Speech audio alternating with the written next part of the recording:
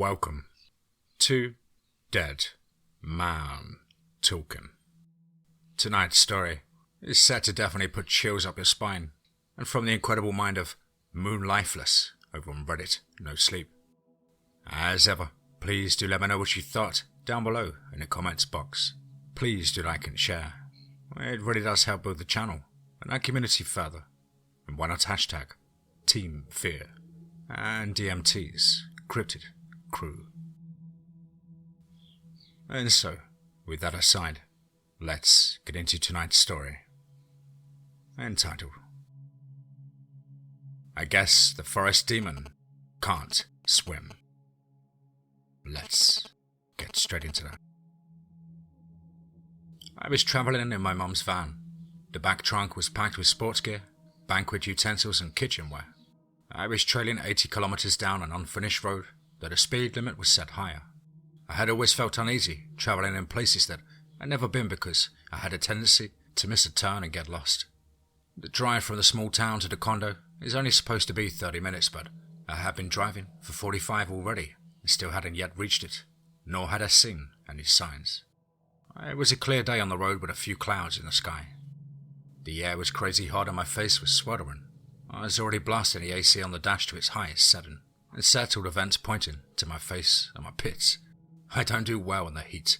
It was not my decision to go out there at the time. And my name is Weston. My family calls me Wes or Wezzy if they want to get on my nerves. And the family reunion was the very reason for my long drive.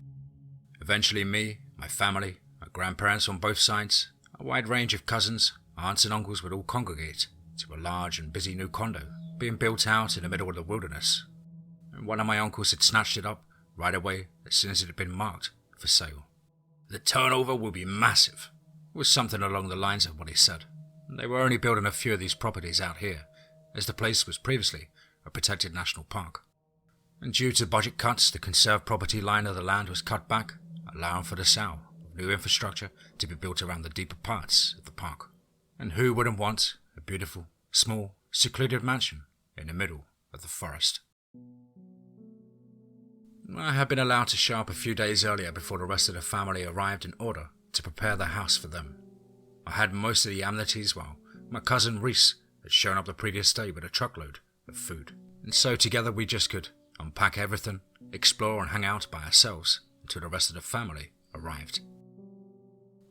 This would have been the relaxing bit of the vacation if it were not for the fact that I hated Reese.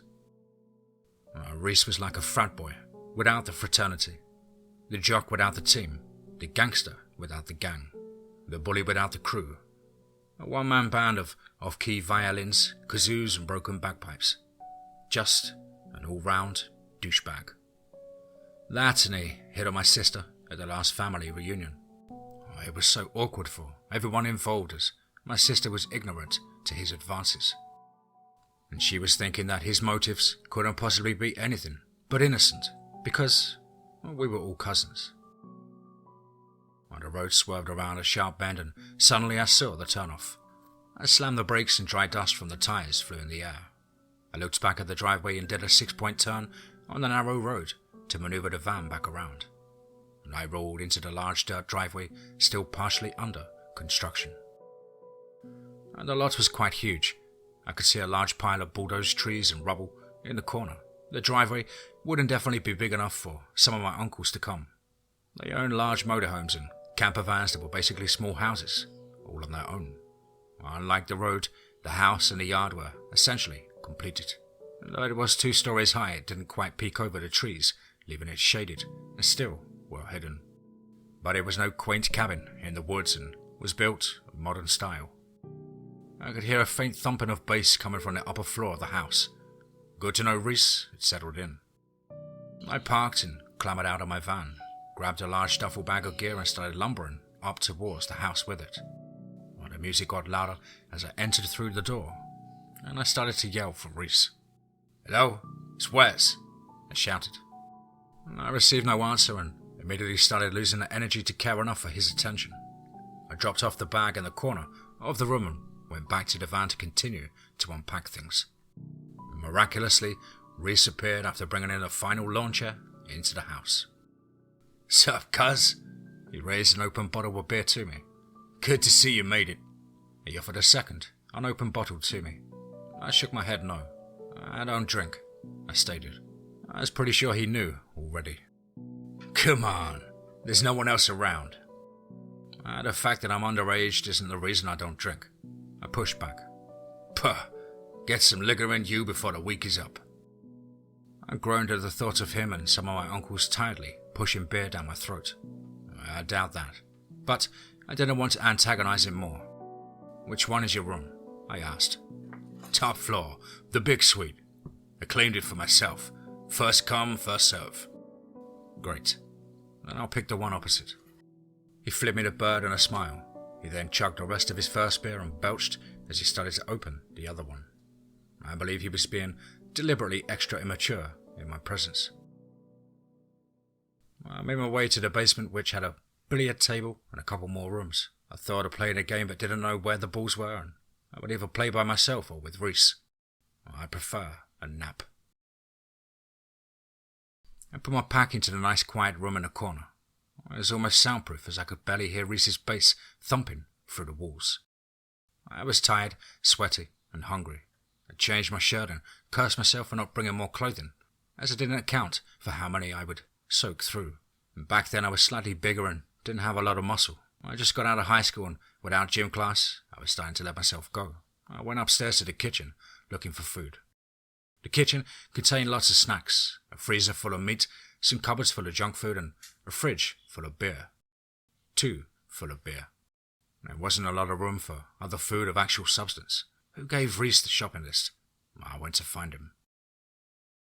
There was a living space on the 3rd floor, and he'd already set up the game console to play some first-person shooter. "You know there's going to be some kids at the reunion, right? What are they going to eat?" I asked. "Don't worry about that. They got hot dogs and cheese." He raised the controller at me. "Want to play a few rounds?" "Nah, I'm starving. I guess I'll make some hot dogs then." "Haha, me too. Thanks. And extra cheese." I didn't say anything. I knew that if I made food just for myself, Reese probably would have claimed it from me. I retreated back down the stairs and started boiling some water for the hot dogs. It was my preferred way of cooking them. I began toasting the buns and then realized the oven element and the toaster were just adding to the already sweltering temperature. I looked for the thermostat when I contemplated sweating on Reese's hot dog. I couldn't find it along the walls. However, as I was looking around, I noticed the kitchen had a large glass sliding door that faced the pool.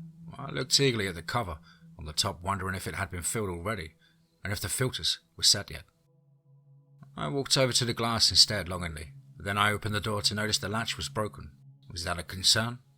I need to remember to tell my uncles about it. But it wasn't like we were worried about robbers in the area. Just more concerned about an overly clever bear. The door slid open and I meandered out onto the edge of the cover and lifted it. Unfortunately, the pool was empty. I thought we should have filled it before the family got there, though I definitely wanted to dip for myself, thinking about how cool the water would be. I looked around for the hose and stuck it in the open pool cover flap. I turned the water on full blast and watched it pour onto the cement pool, noticing that it was going to take a while. I ran back inside to finish making the hot dogs and then went back upstairs to find Reese. We actually played some video games together, each of them a different version of the first-person shooter, and each of them a different variation of ways to lose to Reese. The longer we played, the worse it got. He would annihilate me and refuse to just be on my team and play against the computer of the campaign. Eventually, I got tired of it and gave up. Reese badgered me. "Ha, already? You sure you don't want to try again? I think you got real close last time to taking one of my lives. I was starting to get scared." "No thanks. I think I'm going to go outside and explore," I said, knowing that he would not join me. Nature wasn't his thing. "Ugh, suit yourself, Boy Scout." Reese turned back to his game. "Hey, I'm filling the pool, by the way. Could you check on it every once in a while? Make sure it doesn't overflow before I get back." "Hey, that's a good idea. Swimsuit summer. Nice." He gave me the thumbs up. Huh, totally. I forced a response, hoping he wasn't making any sort of reference to my sister. As I headed outside, I made a detour to check the pool before I left. The water level had risen, but not much.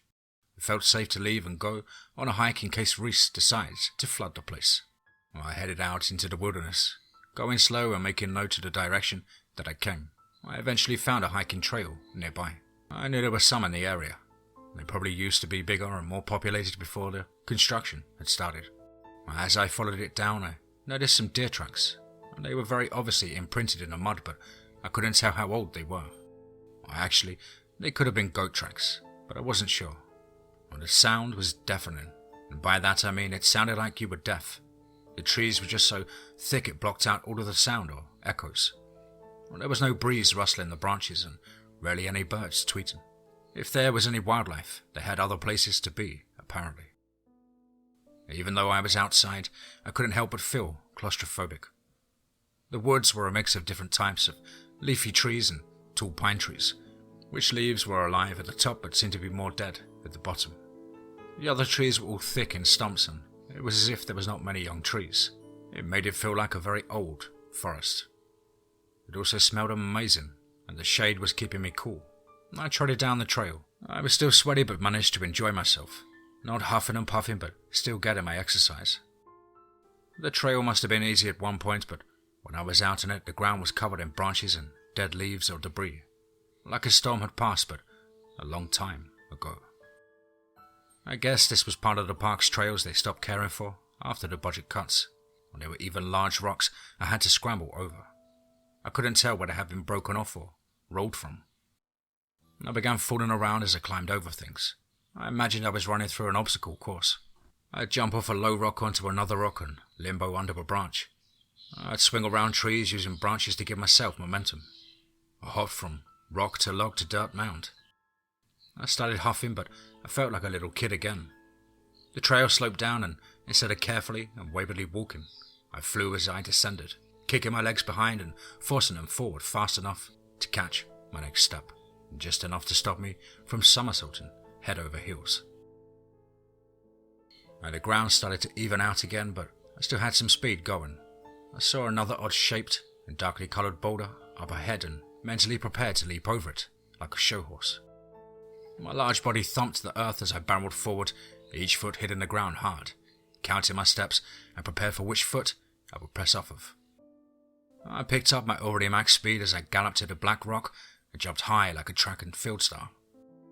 Wait, what the fuck? I shouted in midair. When I landed, I almost rolled my ankle and I stumbled to a double take on the object. And the boulder, upon closer look, wasn't actually a boulder. And as I stared at it, I began to sweat harder than when I was running up rocks. It had an odd bent shape to it, and was black leather. I immediately thought it was a de-limbed body in a jacket, deformed, broken and then tossed into the woods to be decomposed and forgotten. But it wasn't that. I extended my foot and poked the corner with the end of my shoe. I tipped over. A seat? I asked the inanimate object. It was indeed, as I was examining it, a seat. It looked like an uncomfortable car seat. At first I thought dirt bike since it was on the trail, or quad bike, but it just didn't seem to make sense. I thought maybe there was a secret treehouse or cabin and this was a furniture item of that place, but that was reaching even further. Or maybe something exploded and it landed here and there's all sorts of vehicle parts all over the place. My mind continued its mental gymnastics, making up more and more impossible things to the backstory of the seat. But then it instantly was recognizable. A seat to heavy machinery, like a backhoe, bulldozer or excavator. It was becoming clearer the more I thought about it. Also, the more I looked at it, the more I convinced myself that I was right. There were these machines in the area, and there was some clearing and construction going on. It had to be, and one of the workers, seeing that it was broken, dumped it out here as garbage. Disgraceful, overpaid litterers, I thought aloud. But that really didn't make sense either. There was a dump truck for all the forest debris and they could have just put it in there, and if they were going to dump it, why all the way out here? I bent over to touch the leather armrest and rolled it over. It was shredded on the opposite side. The seat was cut deep into its interior by what looked like a large knife, like someone slashed it a few times as an anger relief practice. As I was holding the seat at an angle to get a better look at the damage, my fingers slipped on the lever and it rolled back over. I became aware of how sweaty I was at the time. Though shaded in the tall trees, my body was worked up over the excitement of the dashing and parkour I did along the trail. I saw that the sun had dipped a little further behind the branches and realized how much time had passed. I decided to turn back. I thought about lugging the seat back with me, but just thinking about it made me more tired and sweaty. Instead, I kicked and booted it off of the trail and into some ferns. Out of sight, out of mind, out of here, I said with a turn and waltzed myself back up the trail. When I reached the house and stopped by the pool to see how much it had filled, it was almost full. Enough to swim in it, but just below the deep end ladder to be difficult to pull myself out of. A little bit longer and I could dip my feet in the cool blue liquid. I reached my hand out to feel the temperature. It was chilling as it was just out of the cold water tap. It seemed like ice water compared to the hot summer air. I shivered with delight. I loved the cold, but I knew it was going to be a shock to my sweaty body. I figured I would just wait a little bit longer for the pump to heat it up. I went on inside to change into my swimming shorts. When upstairs I heard the video game music, but it was looping. I climbed the steps and peered into the room to find Reese had passed out in a beanbag chair and the game menu was up. I thought it was a great opportunity for my own peace and quiet. I decided I was going to stay up to see the stars. I grabbed my phone and headphones and I went to find the pool lounge chairs. I set them up around the deck side and got comfy in one of the farthest from the house in the shadow of a tree. Shame they couldn't leave a few more trees for shade. I thought out aloud. I shifted the pool chair to add more of a recline and got comfy in it. It's one of those sorts of hammock types where you feel like you're falling into it. I turned on the tunes and started playing some dumb puzzle games on my phone. We hadn't got the internet connection out here yet, but I really thought that was a conspiracy by the parents to not install it out here before the reunion, forcing us to get closer. I took a big breath and sighed, soaking in the precious quiet and private hours I would be able to have before the weekend started. The sun was going down behind the trees and shadows were growing. I was disappointed I wouldn't be able to see a nice sunset, but figured the stars would be worth it anyway.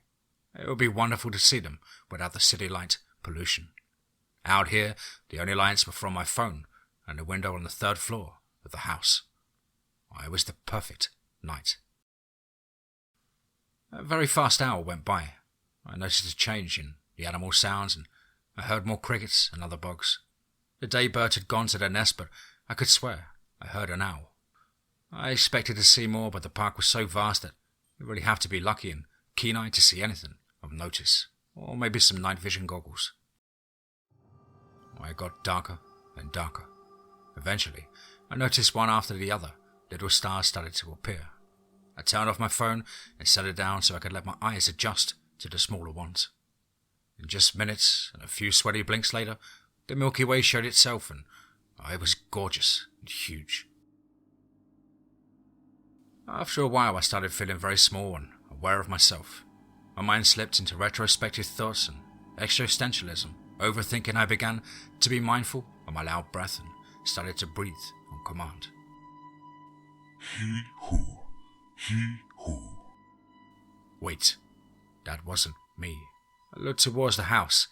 The light was still on, so Reese still should be up there. I peered across the still pool water, but didn't see anything towards the dark trees.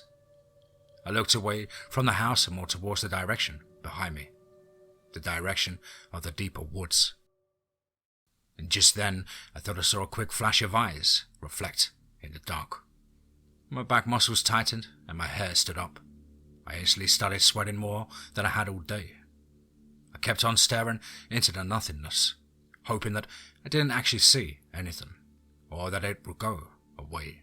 But then I heard a twig or branch snap, and I instantly remembered the existence of bears and cougars. I gripped the sides of my chair. My body and mind debated whether I should slowly peel away or make a mad crazy dash to the door. A blast of air hit the side of my face and I freaked. I tried to jump off the lounger, but I fell. My leg slipped through the space in the slots of the chair, and my ankle was caught in the folds. It felt ironic at the time because it felt like I was caught in the latches of a bear trap and was about to be eaten by a bear. But it wasn't a bear. When that thing came out of the darkness, it towered over me. I'd say it was almost 9 feet tall and embodied the word darkness. Every inch of it was covered in jet black, wispy hair. As it lumbered nearer, the hair swayed like water. Its face was covered in the hair as well, but I could see its eyes.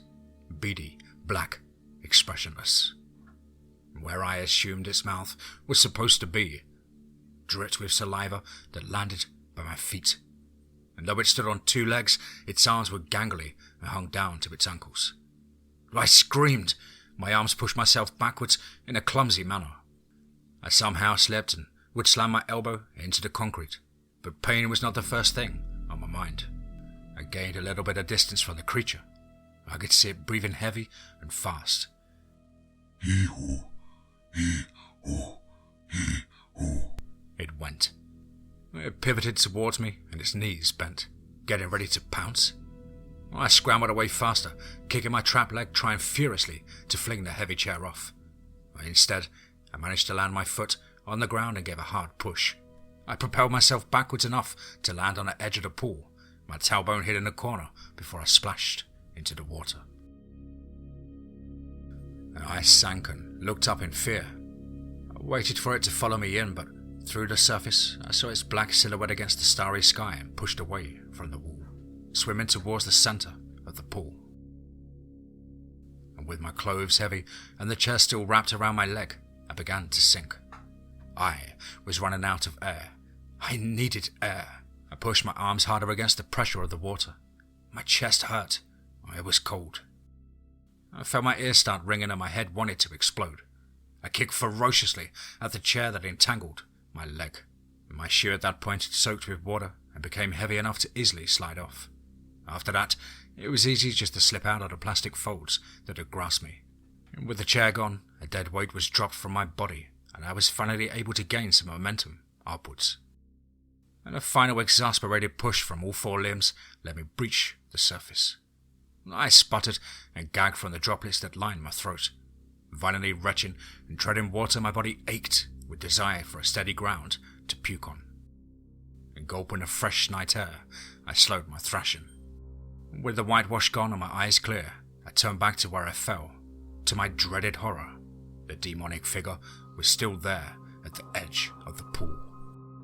Its paws or hands or whatever it had clutched the corner of the water, leaning forward with freakish intent, almost a statue. It made no noise, but I could see its chest pulsate quickly in the dark, like a tired dog panting after a run. I expected it to growl or bark as I stared at it, but I still couldn't make out a mouth among its black fur-covered face. Not wanting to see its teeth, I turned and started paddling towards the opposite side of the pool.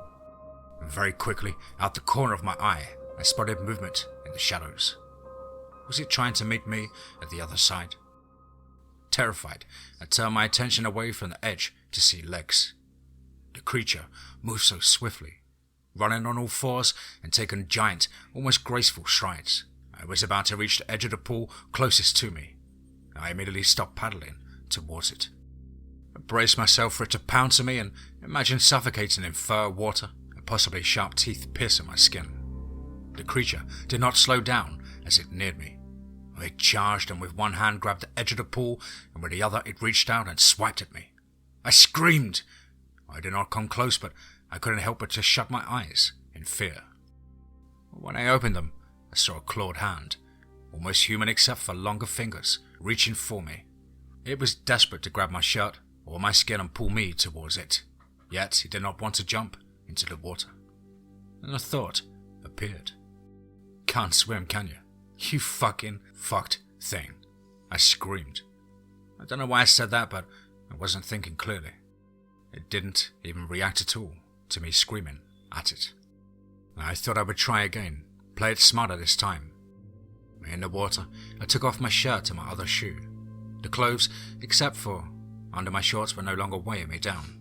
I slowly paddled to the edge of the pool opposite the sliding door to the house, where I'd moved cautiously along the edge of the pool, its beady eyes staring me down. I remember my swimming lessons from elementary school. I forced myself to take big long breaths and tried to slow my heartbeat down. I dove under the surface, down deeper, into the pool's depth. My plan was to push off the wall and race the beast to the door. I remember the latch was broken, but maybe I could delay it long enough to lock myself in the bathroom or one of the bedrooms. And then I would scream Reese to call 911. Underwater, I readied both my feet against the wall and shifted my weight. Right as I was about to kick off, a long black hand appeared in front of my face. I couldn't help but scream underwater. I snapped my mouth shut and ducked. And with a quick hard force from my legs, I shot away from the wall, trying to gain as much distance as I could underwater.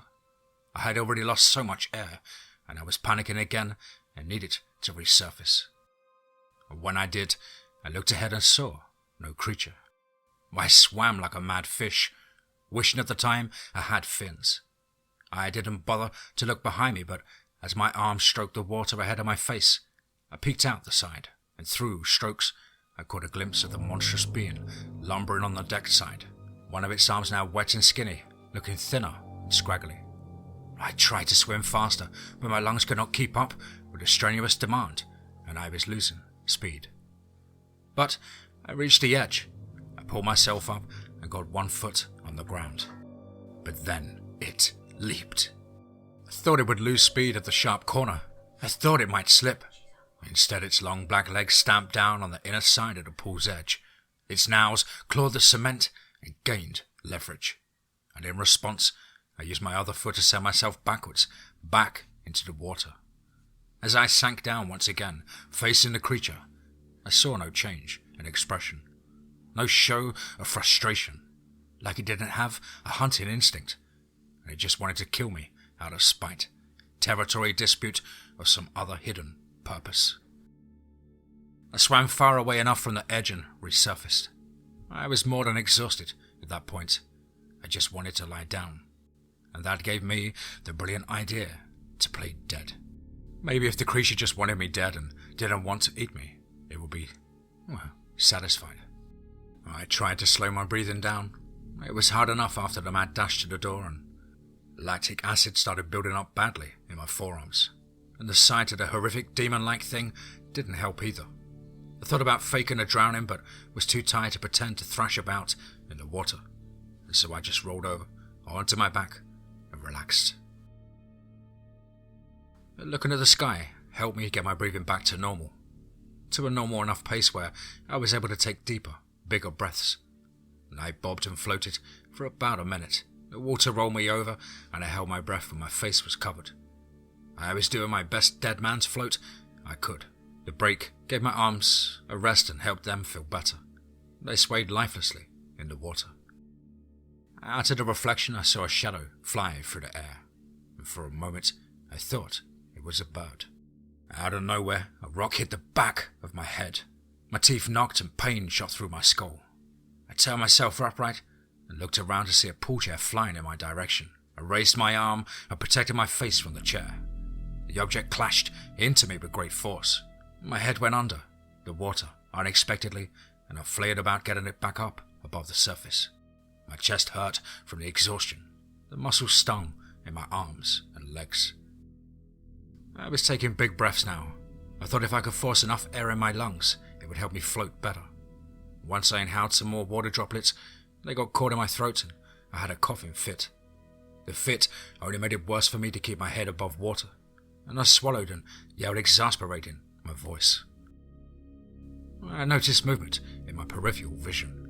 It wasn't from the creature. Through glazed eyes, I saw its shadow, just frozen there at the water's edge. This other shadow came from the house's top window. It was Reese. "Reese!" I screamed. My throat croaked out the sound like a prepubescent boy. "Help!" I continued to cry. I even attempted waving my arm for attention, but as I wailed away my voice, I saw the shadow duck away and disappear. I cried out his name a few more times till it just turned to crying. I sobbed as my slight glimmer of hope faded just as fast as it had came. I continued to cry and swallow water. I could barely keep my mouth up. My body ached to swim to the edge, but my mind feared getting ripped apart or eaten by the creature. And then my leg cramped. The pain shot through my thigh like a metal pole had been rammed through the bone. When I held onto it, it started sinking. I was so tired. I just wanted to hold my leg for a little bit. But then I needed air, so my arms exerted an extra effort to lift my body back up. And then my arms started cramping. Not as sudden as my nearly dead weight of a leg, but a slow burn of the muscles. And I started sinking again, curling my body into a fetal position. I descended into the darker waters. My ears rang until they popped. A new pain entered my head. I thought for a second maybe I could click the bottom with my good leg and shoot back up to the top. Why was that pool so deep anyway? Or maybe it wasn't and it just seemed like it at the time. I really needed air. When I got to the bottom, I kicked to the ground lazily. It barely got me up. I sank back down and kicked again. I needed air. Everything was moving in slow motion. The pain was stronger, but I cared less about it. I tried harder to push through the water, which was beginning to feel more like sludge. I grabbed my throat and squeezed. My lungs demanded air immediately. I just wanted the release of holding my breath. I struggled harder against gravity. The weight of it pulling me down harder the longer it went on.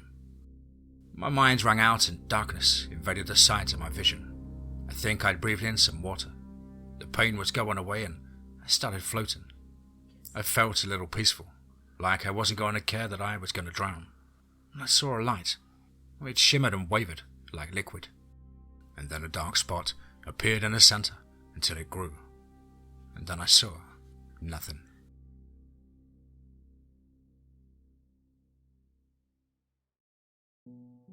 It was actually 2 days later when I woke up in hospital. I saw my sister and my cousin talking to each other while sitting in 2 chairs next to my bed. My sister's back was to me and Reese was leaning in, speaking in a low-toned voice. I stared at him for a long time before I coughed, and Reese looked up. "Oh shit," he said as he caught my eyes. My sister turned to see me and gasped. "You're awake, thank God." She got up and awkwardly hugged me while I was in bed. And that's when I realized all my muscles hurt and I could barely move. "I'm going to call Mum and Dad," she said as she grabbed her cell phone from her chair and left the hospital room. And Reese just kept looking at me, and I stared back. "What happened?" I asked. "What do you mean?" he said in a stern and cold voice. "You went for a swim and you got the cramps and then you drowned." "I called out for you. The monster."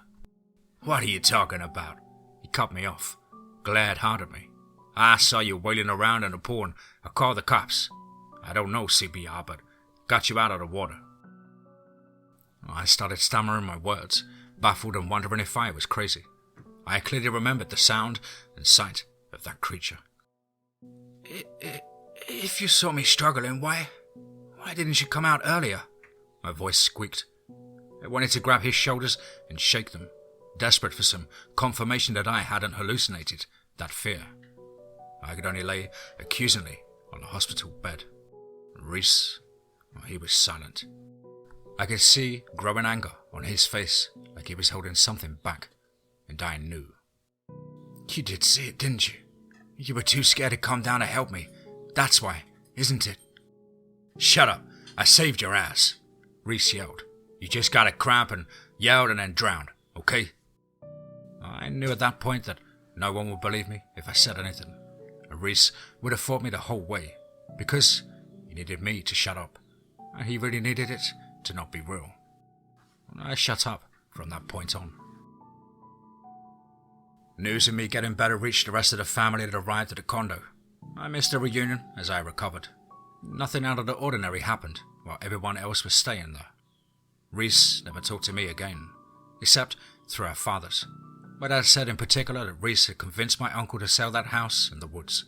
It was already worth more than what he bought it for, and I'm not sure what Reese said to his dad to make him sell it right away, but we never went back to those woods again.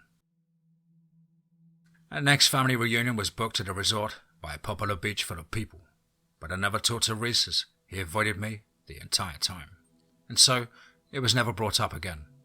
But I have never forgotten the fear. Not the fear of the water, but the fear that makes you choose to drown yourself instead of facing whatever horror those woods produced that night.